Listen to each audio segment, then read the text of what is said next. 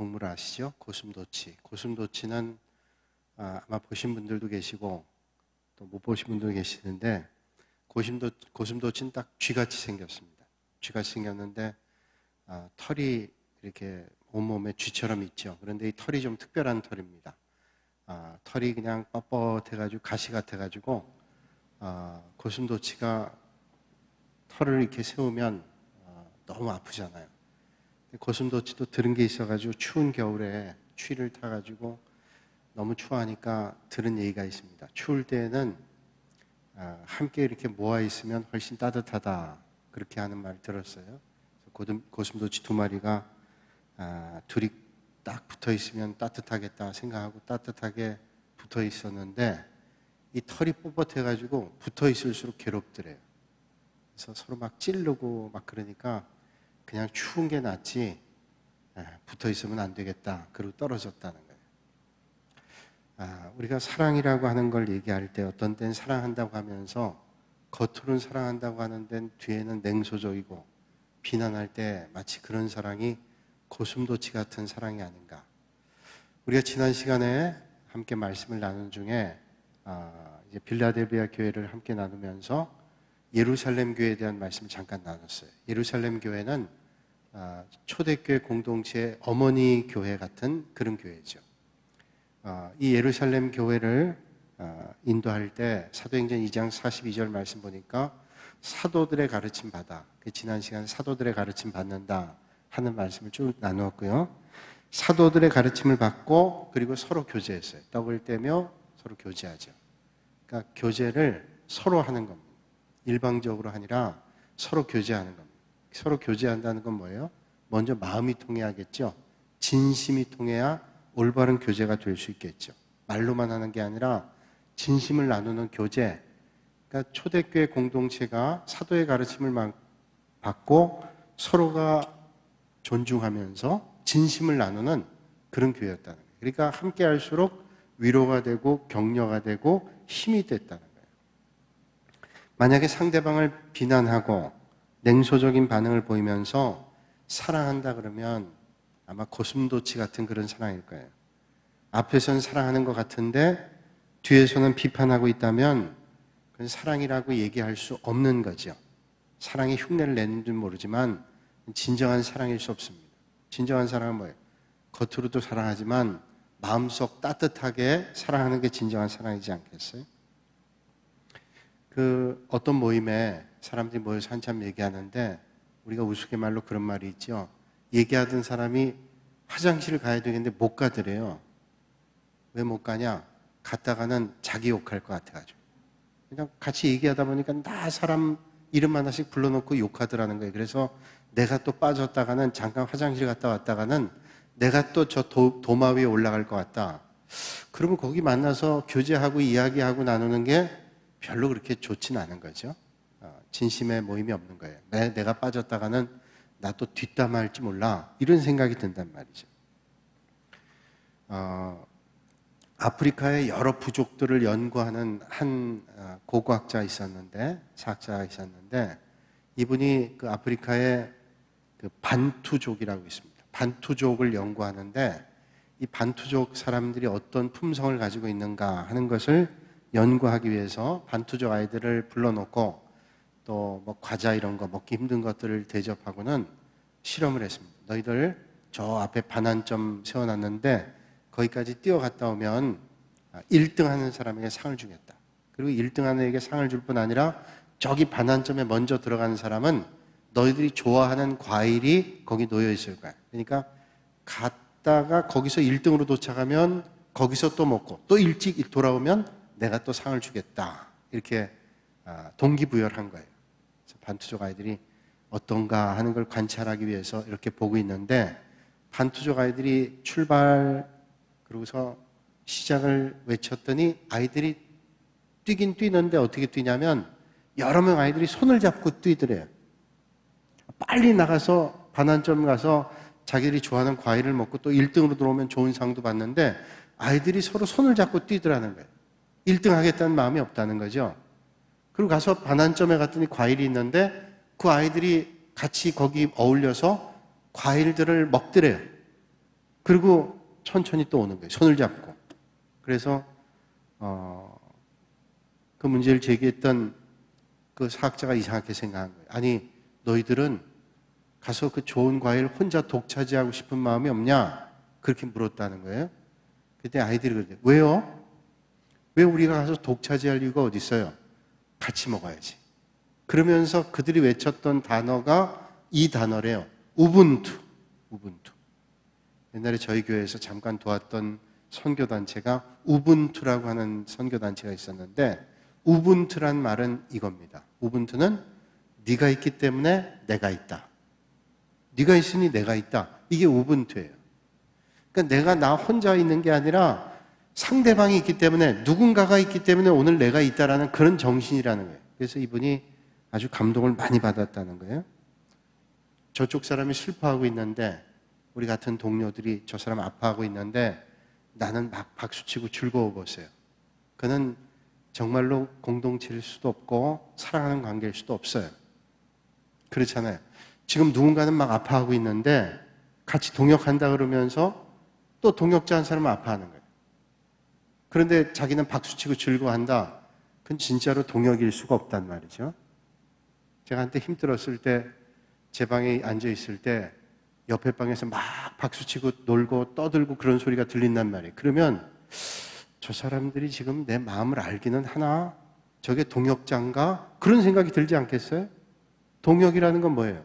동역은 아플 때 같이 아파하고 기쁠 때 같이 기뻐하고 함께 기도하고 나누는 거, 이게 동역이란 말이에요. 우분투라는 건 그거죠.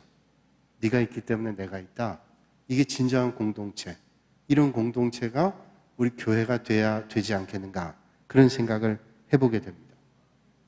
필리핀에 우리가 선교하는 지역이 민다나오죠. 민다나오는 필리핀의 섬이 7,000개가 넘게 있는데, 필리핀이라는 나라는 크게 4개 섬으로 되어 있습니다. 4개 섬. 루손 섬도 있고 민다나오 섬도 있고, 필리핀은 북쪽에 있죠. 제일 아래쪽에 있는 게 민다나오 섬이에요.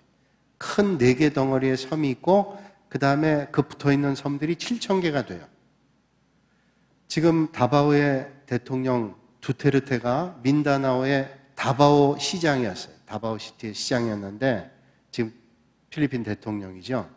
이 민다나오는 인도네시아에서 온 이슬람 사람들이 많습니다. 이슬람. 그래서 다바오시에 가면 진주 장사하는 사람들은 다 그 히잡이라는 걸 뒤집어 쓰고 있어요. 뭐냐면 인도네시아의 영향을 받아가지고 이슬람 영향권에 있는 사람들이 있어요. 근데 이 민다나오에 그 다바오시를 이렇게 지나다가, 이제 선교사님이랑 이렇게 지나다가 그 지역하고 어울리지 않은 담이 높은 집이 있습니다. 그 집 속이 보이지 않아요. 집이 높아요. 그래서 이게 무슨 관공서인가, 이게 무슨 성인가 해서 제가 선교사님한테 물어봤더니 이 사람이 다바오시에 있는 몇 사람 안에 드는 부자래요. 권력도 가지고 있고 물질도 많이 가지고 있는 사람인데, 뭐 경비가 뭐 수십 명이 있고 뭐 개인 그 장갑차도 있을 정도로 그렇게 보안을 철저히 한다는 거예요. 담이 얼마나 높은지 한 3m는 넘는 것 같아요. 성이죠, 성. 3m가 넘는 그런 담 안에 살고 있는 거예요. 거기 뭘 하고 있는지 보이질 않습니다. 왜 이렇게 담을 높게 쳤냐 그랬더니 자기들 재산을 지키려고, 안전을 지키기 위해서 높은 담을 세웠다는 거예요. 교회하고는 전혀 다른 거죠. 교회는 담을 낮게 해서 많은 성도들, 또 많은 사람들이 들어올 수 있도록 하는데, 여기는 뭐예요? 절대 들어오지 마라. 우리만 잘 살겠다. 이거예요. 신앙 공동체는 어떤 공동체가 돼야 되는가? 가족과 같아야죠. 정말로 교회 공동체는 가족과 같다. 우리가 뭐 그냥 얘기하잖아요. 가족 같은 공동체, 만나면 반갑고 즐겁고. 근데 좋은 사람끼리만 만난다. 좋은 사람끼리 만나면 정말 좋아요. 근데 정말로 안 좋았던 사람들이 교회 와서 좋아질 수 있는 것이 교회여야 되는데, 현실의 교회가 그렇지 않다는 거예요. 그래서 고린도 교회 모습들을 보면서 고린도 교회에 있는 모습이 세상 교회 전형이다. 그렇게 우리는 얘기를 해요. 신앙을 공부할 때. 고린도 교회에 있었던 파벌 문제라든지 갈등 문제라든지 그런 것들이 이 땅에 있는 교회의 모든 모습들이 고린도 교회 모습이라. 이건 올바른 게 아니죠. 교회는 그런 거야. 그렇지 않아요. 올바른 교회는 정말로 가족과 같은 그런 공동체죠. 가족과 같은 공동체 뭐예요? 같이 아파하는 겁니다. 같이 즐거워하고. 누가 잘 됐다 그러면 기뻐하는 거예요. 누가 안 됐다면 정말 마음 간파하고. 여러분 같이 살고 있는 가족, 가까운 가족은 틀림없이 그렇게 느낄 거예요. 근데 여러분 교회 와서 그런 마음을 정말 느끼고 계시나요? 혹시 누가 나를 험잡으면 어떡하나? 누가 또 나를 비난하면 어떡하나? 그런 긴장 가운데 있을 수도 있어요. 그러니까 아직도 우리 교회 공동체는 완전하지 않고 완전을 향해 가는 거죠. 온전해지기 위해서 애를 쓰지만 우리가 가야 될 방향은 틀림없이 그런 방향이라는 거예요. 가족은 어떻습니까? 떨어져 있으면 불편해요. 보고 싶습니다. 그래서 가족을 같이 보고 싶어요. 또 멀리 떨어져 있어도 위에서 기도하고 어떻게 지내는가 늘 안부 묻고, 하루가 지나면 어떻게 문자라도 한자 보내죠. 어떻게 지냈는지, 잘 지내는지. 매일은 못해도 며칠에 한 번씩 안부를 묻습니다. 가족이기 때문에. 교회는 이런 공동체가 돼야 된다는 거예요. 떨어져 있으면 보고 싶은 게 정말로 공동체잖아요. 멀리 떨어져 있는 가족 뭘 할까 보고 싶은 거예요. 제가 이 밤에 저희 집 얘기를 해서 좀 죄송합니다만은 좀 이해해 주시고 들으세요. 정말 내가 느끼는 게 많아서 그래요. 저희 집에 강아지 2마리를 키우잖아요. 강아지 2마리를 키웁니다. 2마리 키우는데 역시 1마리보단 2마리가 좋습니다. 자신은 없지만 3마리, 4마리는 더 좋을 거예요. 아마. 자신 없어요. 2마리는 좋은데 왜 좋으냐면 뭐 좋은 게 많습니다. 힘든 것도 있긴 하지만 좋은 게 많아요. 뭐냐면 나갈 때, 아침에 나갈 때 2마리가 나가서 얼마나 배웅을 잘하는지 몰라요. 2마리가 다 앉아가지고 안녕히 다녀오시라고 이렇게 쳐다보는 그 눈동자를 보면서 야, 참 내가 쟤들을 참 잘 키운다. 그런 생각이 들어요. 또 들어오면 얼마나 반가워하는지요. 근데 집에 식구가 없이 다 나가면 이 개들이 어디 있냐면 현관에 있어요. 현관에 있어요. 왜 현관에 있는지 아냐면 문을 열면 바로 개가 짖는 소리가 들리거든요. 현관에 있는 거예요. 내내. 그리고 주인이 들어오면 그때부터 잡니다. 왜 자냐면 내내 주인이 언제 오는가를 문 밖의 소리를 귀 기울이고 있기 때문에 애들이 몇 시간이고 잠을 못 자고 있는 거예요. 그걸 보면서 야, 이게 가족이구나. 이게 가족이구나. 물론 가족 가운데 그렇지 않은 가족도 있을지 모르겠어요. 근데 이 강아지들은 이 가족이구나. 가족이라고 생각하는 거예요. 그러니까 나가면 내내 기다리는 거예요. 저희 아이들이 둘이 있는데 아이들이 이제 천안에도 있고 있잖아요. 천안에가 아이들이 오면은 주일 지나고 주일날 저녁 때 가죠. 그러면 토요일날 왔다가 주일날 가니까 하루 같이 있었단 말이에요. 그러면 걔도 왔다가 가니까 들어올 줄 알고 기다리는 거예요. 걔가 간 다음에는 며칠 동안 현관에 있는 거예요. 언제 오는지. 이게 가족이에요. 야, 가족이 이거구나. 나간 다음에 들어오길 기다리고 들어오면 반갑고. 얼마나 기다렸으면 피곤해서 들어오고 난 다음에 안심을 하고 자는 거 아니에요. 그래서 얘는 내내 집에서 잤을 텐데 왜 이렇게 피곤하지? 자긴 잤어도 눈을 감고 있어도 귀는 쫑긋하고 밖을 보고 있었다. 야, 이게 정말 가족이구나. 그런 생각을 해볼 때가 있습니다. 그러니까 여러분, 가족 중에 한 사람이 아프면 다 아픈 겁니다. 다른 가족이 아픈데 나는 아프지 않다. 마음속에 늘 그 아픈 가족을 떠올리는 거죠. 그래서 그 가족을 위해서 기도하고 어떻게 하면 빨리 치료가 될 수 있을까? 그런 생각하는 게 가족이라는 거예요.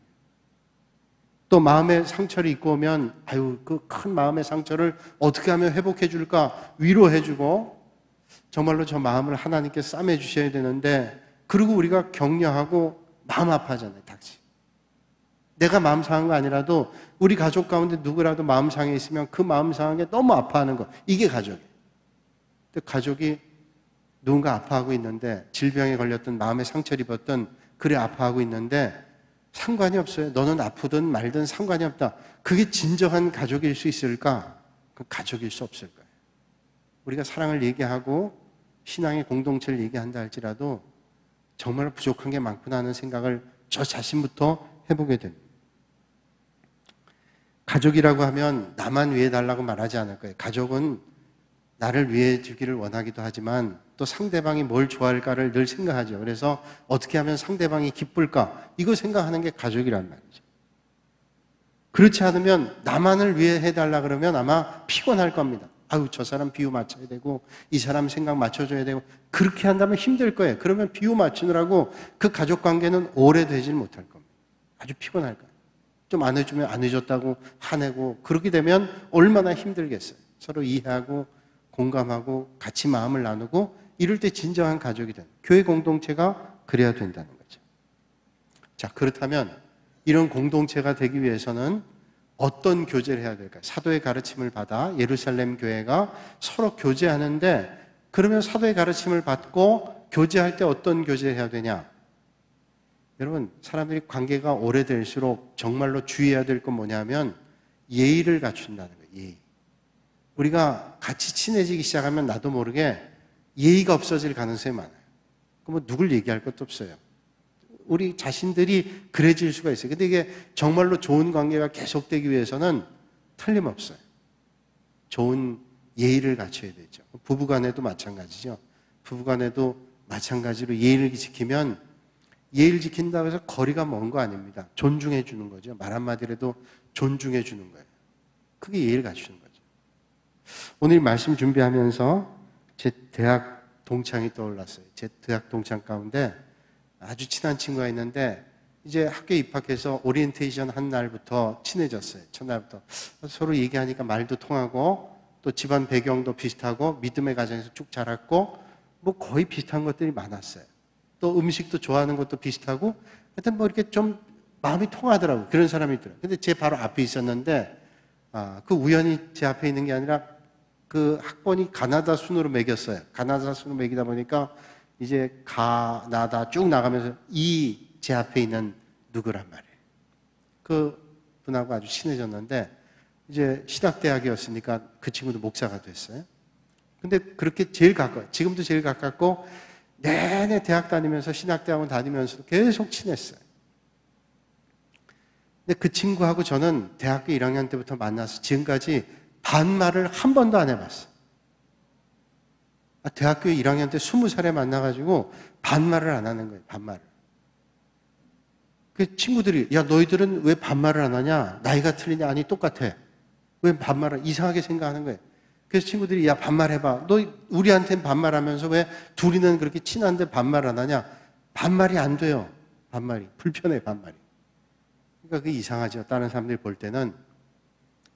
한 번은 복학생이 왔는데 군대를 갔다 온 복학생이 왔는데 저희 아들은 형이죠. 한 3-4살 많은 형인데 야 너희들은 왜 반말을 안 하냐? 반말을 해라. 반말이 안 되는 거예요.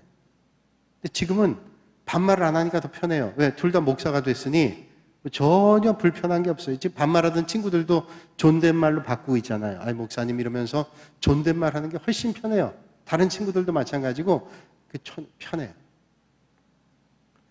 제가 이 얘기하고는 좀 다르지만 왜 그렇게 제가 존댓말을 했나 그 친구가 왜 존댓말 했나는 잘 모르겠지만 제가 왜 존댓말 했는가 하면 제가 존중받고 싶었던 것 같아요. 제가 존중받고 싶어서 그 제일 친한 친구를 존중해 준 것 같아요. 그러니까 말로 존중해 주는 거예요. 그러니까 저쪽에서 나를 존중하잖아요. 이게 서로 존중하는 관계가 되니까 말로 존중하는 관계가 되니까 이게 오랫동안 좋은 관계가 유지가 되는 거예요. 그러니까 여러분 가까울 때 정말로 가까운 사람을 존중한다는 거 이게 정말로 중요한 겁니다. 왜냐하면 가까운 사람에게 존중하지 않을 때가 있어요. 쉽게 대할 때도 있어요. 그러나 상대방에게 정말로 가까우니까 조금 더 배려하고 생각하면서 얘기한다면 좋을 거예요. 저 스스로에게도 하는 말이에요. 정말로 그게 중요하다. 가까울수록 그 가족이 그럴 때 좋은 믿음의 가족이 될 수 있다는. 또 이런 사랑의 교제를 이루기 위해서는 어떻게 해요? 그냥 입에 바른 말 하지 않고 그냥 립 서비스만 하지 않고 진실해야 되죠. 정말로 가까워질 수 있는 건 뭐예요? 진실한 겁니다. 진실한 거. 진실하게 대할 때 가까워질 수 있어요. 믿음의 공동체 마찬가지. 믿음의 공동체가 서로 존중하면서 진실을 대해야지 겉다르고 속다르고 그러면 그게 그냥 형식적인 관계가 될 거예요. 저 사람하고 나하고는 그냥 이 정도야 라고 하는 거예요. 정말로 진심의 대화가 될 수 없는 거죠. 또 뿐만 아니라 짐을 져줘야 됩니다. 예의 갖추고 존중하고 좋은 말 하는데 짐은 안 져요. 난 여기까지야. 부담 안 갖고 싶어. 근데 정말로 가까워 보세요. 정말로 서로 애정을 가지고 존중하고 사랑하는 공동체라면 짐도 져주는 거죠. 저 사람이 아파하는데 내가 좀 이때 좀 짐 져줘야지. 아니야, 거기까지만이야? 그건 진정한 믿음의 공동체일 수 없어요. 그러니까 초대교회 공동체가 발전하고 성장할 수 있었던 건 뭐냐? 사도의 가르침을 받고 서로 교제하고 떡을 떼는데 뭐예요? 존중하고 배려하고 서로 함께 짐을 나누고 그런 일들을 했기 때문에 초대교회 공동체가 발전하게 됐고, 그러다 보니까 그런 사람들을 보면서 세상 사람들이 저 사람들은 도대체 이 땅에 살면서 어떤 사람들이냐라는 궁금한 마음을 갖게 됐다는 거예요. 그게 바로 좋은 교회입니다. 그게 좋은 교회. 그게 빌라델비아 교회. 자, 오늘 우리는 어떤 믿음의 자리에 있을까요? 오늘 우리가 믿음의 길 걸을 때 항상 기준은 하나님의 말씀이에요. 하나님의 말씀을 따라 살려면 그런 것들을 갖춰야 되죠. 그래서 우리 믿음의 공동체는 사람들이 많이 모이잖아요. 또 우리 교회 공동체는 정말로 여러 방면에 아주 다재다능한 사람도 있지만 이게 폭이 넓습니다. 예수님께서 말씀 전할 때 어른도 있고 어린아이도 있고 많이 배운 사람, 적게 배운 사람 있고 뭐 가진 사람, 없는 사람 있고 다 그런 것처럼 교회 공동체도 그래요. 교회 공동체도 교회는 보편적인 교회입니다. 모든 사람의 교회예요. 어떤 특정인의 교회가 아닙니다. 연예인들만 모인다, 체육인들만 모인다, 교수들만 모인다. 그런 교회 있었죠. 교수교회, 연예인교회, 체육인교회. 제 연예인교회 있었지만 연예인들만 모였으면 좋은 점도 있는데 그 보편적 교회가 되기 힘들어요. 그래서 제가 있을 때는 연예인들도 있었지만 PD, 작가 그런 사람들도 있었지만 일반인들도 많아졌어요. 그래서 그런 분들이 한 20% 출발은 연예인으로 시작했지만 교회는 딱 어떤 부류만 나오면 안 되는 거예요. 보편적 교회가 돼야 되기 때문에 이제 다른 사람들이 많이 희석이 됐고 시작은 그렇게 했을 뿐인 거지. 그게 올바른 겁니다. 우리끼리만 딱 담을 쳐놓고 그건 좋은 교회일 수 없어요. 빌라델비아 교회가 좋은 교회인가? 좋은 교회라는 것은 지난 시간에 우리가 말씀 나눴죠. 좋은 교회는 뭐냐? 저 교회가 좋은 교회야. 건물이 좋다. 좋은 거죠. 근데 그게 건물이 좋다고 좋은 교회 아니에요. 조직이 좋다. 조직이 좋으면 좋지. 그러나 그 조직이 좋은 교회는 아니라는 거예요. 정말로 좋은 교회는 한마디로 성도들이, 거기 모여있는 성도들이 좋은 교회가 좋은 교회다. 빌라델비아 교회는 그런 사랑의 공동체, 그래서 주님께 칭찬받는 교회였다는 거예요. 자, 오늘 우리는 부족함이 있지만 그런 방향을 향해서 나가야 된다. 오늘 요한계시록 빌라델비아 교회를 통해서 우리가 깨닫게 되는 거예요. 우리가 부족하고 연약하지만 그전 것은 다 있고 그런 믿음의 공동체로 나가야 된다는 것은 틀림없는 겁니다. 우리가 상처를 받고 상처가 났을 때는 상처를 싸매는 일이 필요하죠. 점점 시간이 갈수록 싸매면서 그런 믿음의 자리로 우린 나가야 될 거예요. 그 주님 기뻐하신 교회로 나가야 될 겁니다. 그러면 이 빌라델비아 교회는 좋은 교회라고 주님께 칭찬받았는데 빌라델비아 교회는 어디 있으냐? 자, 에베소, 서머나, 버가모, 두아디라, 사데, 빌라델비아, 라오디게아 이런 교회들이 있잖아요. 이 빌라델비아 교회는 북쪽에 있는 사대 교회에서 오른쪽으로 동남쪽으로 한 40km 떨어져 있습니다. 그러니까 에베소 교회부터 해서 마지막 교회까지가 이렇게 말발굽 모양으로 되어 있는데 정점, 제일 북쪽에서 오른쪽으로 꺾어져 있는 동남쪽 한 40km 지점에 지금으로 얘기하면 터키의 남서쪽에서 내륙쪽으로 더 들어가는 그런 교회였어요. 빌라델비아. 저희가 성지 순례 갔을 때 빌라델비아 교회 지역 갔습니다. 빌라델비아는 에덴 동산 같은 교회였어요. 그리고 그런 전통 가지고 있는데 이 빌라델비아 지역에는 포도나무가 많습니다. 포도나무. 지금도 있어요. 지금도 포도 재배를 많이 합니다. 그래서 거기 지나갈 때 아마 기억하시는 분들은 모르겠지만 지나면서 포도나무가 많다 그래요. 포도나무들이 많이 있어요. 포도나무 많이 재배하고 빌라델비아 교회가 그래서 다른 6개 교회에 포도주를 공급했던 교회가 빌라델비아 교회. 그러니까 거기 포도 재배가 잘 되는 그런 토양을 가지고 있는 그런 지역이었던 것 같아요. 빌라델비아 교회는 주변에 포도밭이 지금도 많은 그런 지역입니다. 그 소아시아 7교회 가운데 빌라델비아 교회는 제일 역사가 짧아요. 그 도시가 제일 역사가 짧기 때문에. 짧은 역사를 가지고 있는 도시로 그 당시에 행정도시였던 에베소라는 지역이 제일 컸지만 행정도시는 버가모라는 거 제가 그 전에 말씀드렸죠. 버가모가 행정도시인데 그 행정도시에 말하자면 분봉왕일 거예요. 아탈루스 2세라는 사람이 자기 동생을 위해서 새로운 도시를 건립한 도시가 바로 빌라델비아예요. 그러니까 버가모 도시의 분봉왕, 그 지역의 총독, 왕, 이 사람이 자기 동생을 위해서 만들어준 도시니까 역사가 늦을 수밖에 없고 규모가 다른 도시보다 적을 수밖에 없겠죠. 그 이름이 처음에는 어떻게 이름이 지어졌냐면 빌라델포스 이렇게 지어졌어요. 빌라델포스. 이 빌라델포스라는 이름으로 빌려졌는데 이 빌라델포스라는 말은 두 가지 단어가 합쳐집니다. 빌라델포스. 필리아라는 말, 필로스라는 말 더하기 아델포스라는 말이에요. 헬라어, 그리스 말로 이 필로스라는 말은 사랑이란 말이죠. 사랑은 여러 가지가 있지만 적어도 헬라어에 아가페 사랑, 하나님의 우리를 향한 무조건적인 사랑, 아가페 사랑 우리가 알죠? 남녀 간의 사랑, 에로스 사랑, 그리고 우정과 같은 사랑, 친구 사랑, 이게 필리아의 사랑이에요. 필리아의 사랑.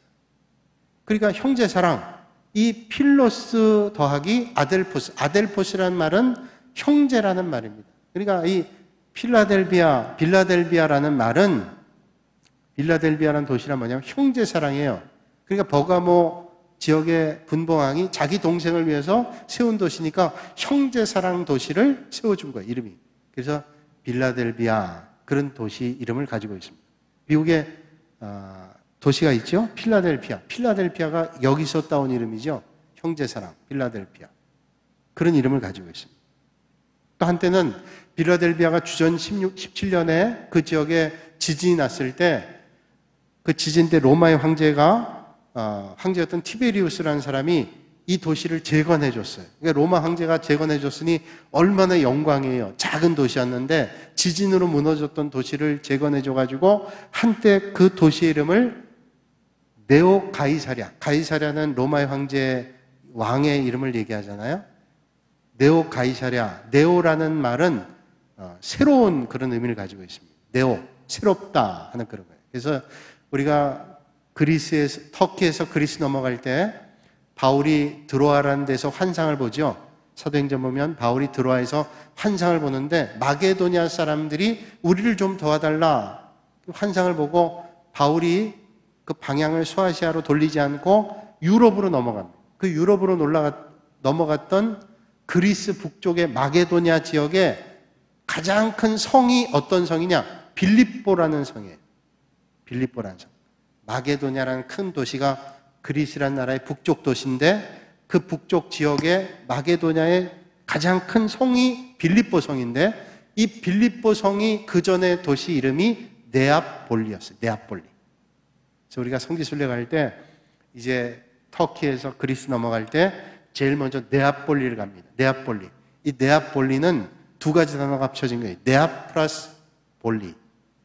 네압이라는 말은 네오라는 말이 네오, 뉴. 볼리라는 말은 폴리스라는 말입니다. 도시, 새로운 도시. 그러니까 빌립보 성에 있는 네아폴리는 새로운 도시, 그런 의미를 가지고 있어요. 한때 이 빌라델비아라는 지역이 네오 가이사랴는 그 황제, 새로운 황제다. 황제가 우리에게 이 도시를 지진으로 무너졌는데 재건해줬다. 이런 의미를 가지고 있어요. 자, 그럼 생각해 보세요. 이 빌라델비아라는 도시가 지진 났을 때 로마의 황제가 여기 이 도시를 재건해줬다 그러면 로마의 황제에 대한 감사한 마음이 얼마나 컸겠어요. 그래서 이 빌라델비아라는 도시에는 황제 숭상하는 그런 문화가 있고 황제 신상들이 많이 세워졌다는. 소아시아 지역에는 여러 교회들이 황제 신상들이 많이 있는 곳이 있었는데 빌라델비아도 적지 않게 신상이 있었어요. 왜냐하면 지진 때 네오 가이사랴라고 이름할 정도로 티베리우스라고 하는 황제가 우리를 도와줬다라고 하는 마음이 저들에게 있었다. 자, 그럼 여러분 생각해 보세요. 황제 숭배하는 그런 마음들이 많은 지역이라면 선교가 쉽지 않았어요. 황제 숭배하는 도시, 황제 숭상들이 많이 있는 그 도시의 사람들을 전도한다 쉽지 않을 거예요. 왜냐하면 황제에 대한 고마운 마음, 황제를 숭배하는 마음을 가지고 있는 그 사람들에게 복음을 전한다? 쉽지 않을 거예요. 우리는 황제를 숭배해. 그런데 기독교인들은 하나님 외에는 섬길 수 없잖아요. 하나님 외에는 숭배하지 않아요. 그래서 많은 사람들이 로마의 탄압으로 순교하기도 했는데, 그런 숭배하는 마음을 가지고 있는, 마음속 깊이 정말로 숭배하는 마음을 가지고 있는 저들을 향해서 그리스도인들이 복음을 전한다? 쉽지 않을 거예요. 그런데 빌라델비아에 있는 성도들은 그 일을 잘 감당했어요. 그래서 주님께 칭찬받았어요. 빌라델비아 교회는 칭찬만 받은 교회죠. 그러니까 빌라델비아가 어려움이 없었던 거 아니지만, 그런 황제 숭배의 그런 배경을 가지고 있는 도시지만, 저들의 삶을 통해서, 저들의 신앙 공동체의 모습을 통해서, 저들의 좋은 믿음의 모습을 통해서 복음을 전하고 있었다는. 우리 지난번 태국에 선교 갈 때, 태국에 몇 번 갔지만 예배당 가면 좀 이상한 게 있습니다. 예배당 가면 우리나라 교회는 보통 십자가 있잖아요. 근데 아주 보수적인 교단은 우리나라에도 예배당에 십자가 없는 교회들이 있어요. 특별히 고신측교회 같은 경우, 경상도 쪽에, 부산 쪽에 고신측교회가 많죠. 우리 군산 지역은 기장측교회가 많은데 경상도 부산 쪽에는 고신측교회가 많아요. 고신측교회는 예배당에 십자가가 없습니다. 지금 있는지 모르겠는데 원래 전통이 십자가가 없어요. 왜? 십자가조차도 우상이 된다. 그 정신 나쁜 거 아니죠? 오직 주님만, 절대로 우상 섬기지 않는다, 그런 마음이에요. 그런데 태국에 우리가 갔을 때는 예배당 가면요, 예배당에 한쪽 편에는, 가운데 물론 십자가가 있지만 한쪽 편에는 어떤 사진이 있냐면 그 태국의 왕들의 사진이 있어요. 왕들의 사진. 요새는 2개 붙었는데 그 전 왕과 지금 왕. 그 전 왕이 죽었죠. 몇 년 전에. 왕. 그리고 우리가 선교하러 가서 절대로 왕 사진 손가락질 하면 안 되고 왕에 대해서 비난하는 거 절대로 얘기하면 안 된다. 왜냐하면 태국에 있는 모든 국민들이 왕에 대해서 존중하는 거예요. 믿지 않는 사람은 숭상까지 하겠지만 믿는 사람들도 존중합니다. 불교 국가에 그 황제가 너무 백성들을 사랑했대요. 그러니까 예배당 앞에도 그 황제 사진 붙여놓은, 그래서 제가 이상하다, 예배당 앞에 황제 사진, 그 설명해 주더라고요. 선교사님이. 우상 숭배가 아니라 이 사람들은 그렇게 존중한다는 거, 존중하는 거. 그건 뭐 설명일 뿐이지만, 그러니까 아마 그렇게 존중만. 그런 데서 선교를 한다는 거 쉽지 않은데, 그 빌라델비아라는 지역은 은혜를 많이 입은 거예요, 황제에게. 그러니까 이런 데서 복음 전한다는 게 절대로 쉽지 않겠죠. 태국도 마찬가지로 쉽지 않아요. 태국은 불교 국가인데, 여러분 동남아에 있는 뭐 중국이나 또 동남아에 있는 선교사님들이 선교할 때 선교가 자유롭지 않습니다. 그래서 비자 문제를 해결할 때, 비자를 낼 때 선교사입니다라는 걸 표현하지 못해요. 그래서 뭐 직장을 다닌다든지, 우리가 돕는 중개 선교사님도 중개 선교할 때요, 그냥 뭐 거기서 선교할 수 있는 게 아니에요. 그래서 제가 그때 처음에 갈 때 그랬어요. 어느 학교에 적을 둬야 된다. 왜냐하면 학교에 적이 없으면 당신 왜 여기서 이렇게 오랫동안 체류하냐? 비자가 안 나요. 그 잘 모르는 사람들은 공부하고 있는 게 아니라 그 선교하기 위해서는 그게 중요한 거예요. 왜? 자기 지금 아이덴티티가 뭐냐? 내가 왜 여기 있느냐? 이걸 정확히 증명하지 않으면 힘든 거예요. 그래서 적을 둬야 돼요. 적을. 내가 어디에 소속하고 있다는 게 이게 분명하지 않으면 드러나죠. 지금 뭐 중국 같은 경우는 다 내보냈잖아요. 선교사님들 다 내보냈잖아요. 선교사라는 이름으로 가 있지 못하죠. 동남아에도 거의 대부분 선교사라는 이름으로 못 있어요. 그런데 신기한 거는 불교 국가인 태국은 비자를 선교사들을 내줘요. 의아해요. 아니 불교 국가에서 왜 선교사님을 선교사 비자를 내주냐 물어봤더니 선교사님들이 그래요. 이 사람들은요, 프라이드가 강해요. 기독교가 아무리 우리에게 들어와도 우리는 끄떡하지 않는다. 그런 마음 가지고 있으니 선교가 절대로 쉽지 않아요. 우리 지난번에 치앙마이 갔는데, 치앙마이는 북쪽이죠. 이 치앙마이의 고산족들 선교를 하는데, 지금 태국에 있는 기독교인들의 95%가 고산족이에요. 이 아래쪽에 있는 사람들은 기독교를 별로 안 믿는 거예요. 다 고산족. 이 고산족에서 오냐면 버마, 라오스 이런 데서 넘어온 사람들이, 산족들이 예수님을 믿은 거예요. 이제 그 사람들이 확장되면 이제 태국도 기독교가 되겠죠. 네, 이런 영향들이 있는 거예요. 불교 영향이 있고 또 그 왕이 잘 다스렸기 때문에 존중하는 마음들이 있고 빌라델비아가 아마 그런 모습들이 있었던 모양이에요. 그러니까 선교가 얼마나 쉽지 않았겠어요. 그런데 그렇게 여러 가지 힘든 조건들이 있었는데 빌라델비아 교회가 칭찬을 받았다. 신기하죠.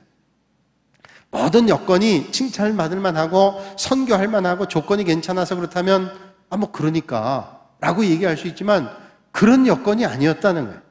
자, 황제를 숭상하는 그런 마음들, 고마워하는 마음들이 많이 있는데 기독교 복음이 확산되기가 쉬웠냐? 쉽지 않아요. 그렇다면 어떻게 이 빌라델비아 교회가 칭찬받는 교회가 될 수 있었냐? 어떻게 이 교회가 칭찬받는 교회가 될 수 있었는가? 빌라델비아 교회 편지를 하면서 이제 소아시아 7교회 편지할 때 예수님께서 자기가 어떤 존재인지를 얘기하잖아요. 오늘 거기까지만 말씀 나눌게요. 예수님 대해서 자기를 얘기할 때 빌라델비아 교인들에게 얘기할 때 7절 말씀 보니까 이렇게 말씀해요. 다윗의 열쇠를 가지시니 곧 열면 닫을 사람이 없고 닫으면 열 사람이 없는 그가 이르시되. 자, 다윗의 열쇠를 가지시니가 열면 닫을 사람이 없고 닫으면 열 사람이 없는, 문을 닫고 여는 권세가 주님께 있다는 거예요. 자, 이분이 문을 닫으면 열 사람이 없어요. 이분이 문을 열면 닫을 사람이 없어요. 이게 주님의 권세인데 문을 닫고 연다는 건 뭐예요? 구원의 권세를 주님이 가지고 있다는 거예요. 이제 예수님을 자기를 소개할 때 문을 열면 닫을 사람이 없고 닫으면 열 사람이 없다. 이런 권세를 주님이 가지고 있다. 그러니까 이 빌라델비아 교회가 이 구원 사역에 대해서 아주 힘써야 된다는 것을 주님이 말씀하는 거죠. 전도해야 된다. 이 빌라델비아 교회가 그들의 삶을 통해서, 그들의 생활을 통해서, 그들의 사역을 통해서 이런 일들을 잘 감당했어요. 그래서 주님께서 빌라델비아 교회를 칭찬하시는 거예요.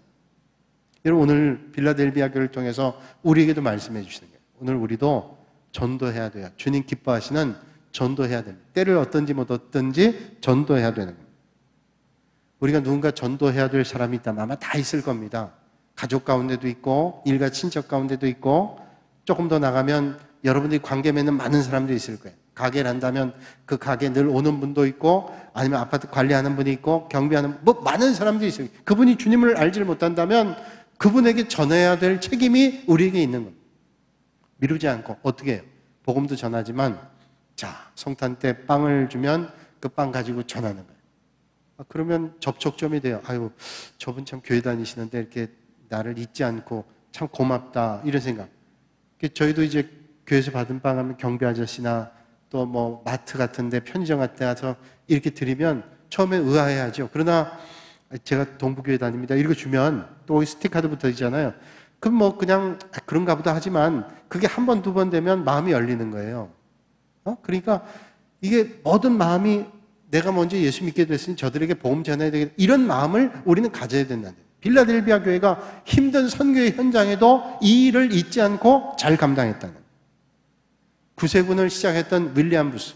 구세군은 우리 교회를 마치 그 계급처럼 만들었잖아요. 그래서 우리는 하나님 나라의 군사다. 그래서 그런 제도로 만든 게 구세군이잖아요. 우리 군산에도 구세군 교회가 있는 걸로 아는데 그 구세군 교회 윌리엄 부스라는 사람이 총사령관이었습니다. 그 교회를 시작했던 사람이 윌리엄 부스예요. 한 번은 배를 타고 여행을 하다가 사람들이 많이 모인 극장에 이 사람이 광대 모양을 하고 탬버린을 치면서 그렇게 나타났대요. 그를 잘 알고 있는 사람이 키플링이라는 사람, 작가이고 시인인데 그걸 보고서 깜짝 놀랐어요. 끝난 다음에 그분에게 이랬답니다. 아니 목사님 어떻게 이렇게 우스꽝스러운 모습으로 나오셔서 우리를 웃기게 해주셨어요? 그 말은 조금 조롱한 거예요. 그때 이 내용을 알고 있죠. 윌리엄 부스가 키플링에게 이런 말을 했답니다.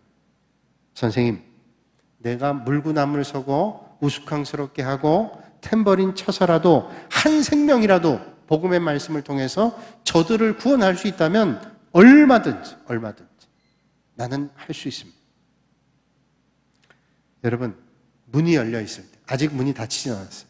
근데 주님이 문 닫으면 열 수가 없어요. 주님이 문 열면 누구도 닫을 수 없어요. 지금 아직 문이 안 닫혀 있다는 거예요. 아직 안 닫혀 있을 때 여러분 주변에 아직 문이 닫혀 있지 않을 그때 주님이 닫기 전에 복음 전해야 된다. 빌라델비아 교회가 이런 일들을 잘했기 때문에 주님께서 칭찬하신 거예요. 오늘 우리 교회도 그런 좋은 교회, 주님의 귀한 은혜를 나눌 수 있는 그런 교회가 될 수 있기를 주님의 이름으로 축복합니다. 제가 극동방송에 방송하잖아요. 방송할 때 이제 설교하지만 이제 말씀 디톡스 월요일 저녁 이제 지금은 이제 방학 기간이고 9월에 다시 하는데 그 할 때 제가 거기 출연하는데 제가 출연료를 받는 게 아니죠. 기독교 방송이나 극동 방송은 보통 그 교회 하는 데서 오히려 선교 헌금을 냅니다. 제가 출연하지만 이제 방송국에서는 출연을 하면 출연료를 줘야 돼요. 근데 자기들이 이렇게 줄 수가 없으니까 제가 첫 방송하러 갔는데 A4지 한 장을 줬어요. 보니까 그 사례를 안 받겠다고 하는 그거를 제가 사인해 주는 거예요. 이제 쭉 보니까 쭉 하고서 제가 써서 뭐 받을 생각도 안 했지만 그걸 이제 구비해야 된답니다. 그래야 나중에 또 문제가 생기면 안 된다고 이렇게 쭉 해서 사인을 했는데 목적에 왜 방송을 합니까? 라는 목적을 쓰는 게 있어요. 그래서 저는 왜 방송을 하냐? 뭐 그건 틀림없는 생각. 이 방송을 통해서 누군가가 주님을 만날 수 있다면 이건 큰 은혜잖아요. 그래서 선교라고 썼어요. 선교. 그 받았던 PD가 목사님 목적을 안 쓰셨네요. 그래서 아니 목적 썼는데요. 여기 쓰셨네요. 선교. 다시 생각해 봤어요. 그 종이를 받고 생각해요. 내가 방송하는 게 뭘까? 하나죠. 월요일 날 저녁에 저도 좀 쉬고 싶은 마음도 있고 이런저런 약속을 잡고 싶은 마음이 있지만 딱 하나예요. 누군가라도 한 사람이라도 이 방송을 듣고 주님의 말씀을 접할 수 있다면 이건 너무도 귀한 일이에요. 너무도 귀한 일이잖아요. 여러분 삶의 자리에 어떤 때는 선교하느라고 조금 힘든 일도 있고 어려운 일도 있어요. 그러나 그 일을 통해서 한 영혼이라도 주님을 혹시 접촉하고 만날 수 있다면 그 일에 아름답게 쓰임받으셔서 우리 동북교회가 초대교회 빌라델비아 교회 같은 그런 주님의 칭찬을 받는 교회와 성도들이 되시기를 주님의 이름으로 축원합니다.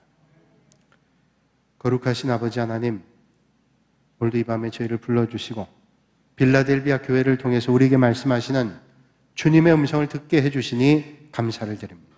아버지 하나님, 빌라델비아 교회가 황제 숭배하는 어려운 도시였지만 그리스도의 사랑으로 주변 교회에 포도주를 공급하고 또 하나님의 사랑을 나누고 믿음의 공동체로 많은 영혼들에게 복음을 전했던 것처럼 저희 교회가 이 귀한 사역을 잘 감당하는 교회와 성도들이 되게 하여 주시옵소서. 감사드리며 예수님의 이름으로 기도하옵나이다. 아멘.